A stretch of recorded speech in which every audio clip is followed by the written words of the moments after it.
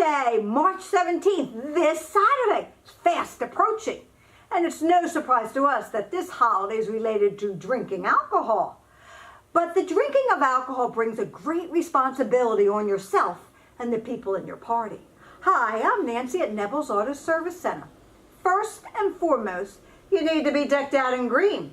Okay, I've got that covered. We all know that this celebration is of eating, drinking, and music.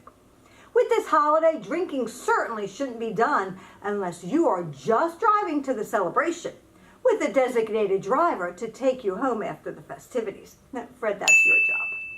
Not only is it against the law to drink and drive, but drunk driving kills over 10,000 people each year.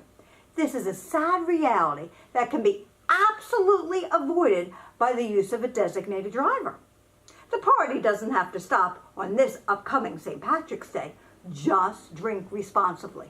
And why not celebrate this St. Patrick's Day at a parade? Now, did you know that our first parade celebrating St. Patrick was in New York City in 1762?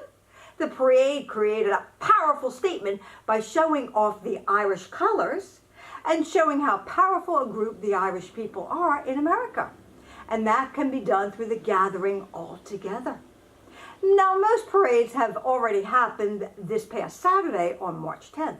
But if you still want to go to a parade, New York City is the place to be. That was the oldest parade, which started, as we said, in 1762, and it will happen this Saturday at 11 a.m. So have fun, drink responsibly. And if you like our video, then give it a thumbs up and hit the share button. And if you want to share with your friends what you're doing this St. Patty's Day, put it in the comments below. We'd love to hear all the great things happening. Thank you for watching.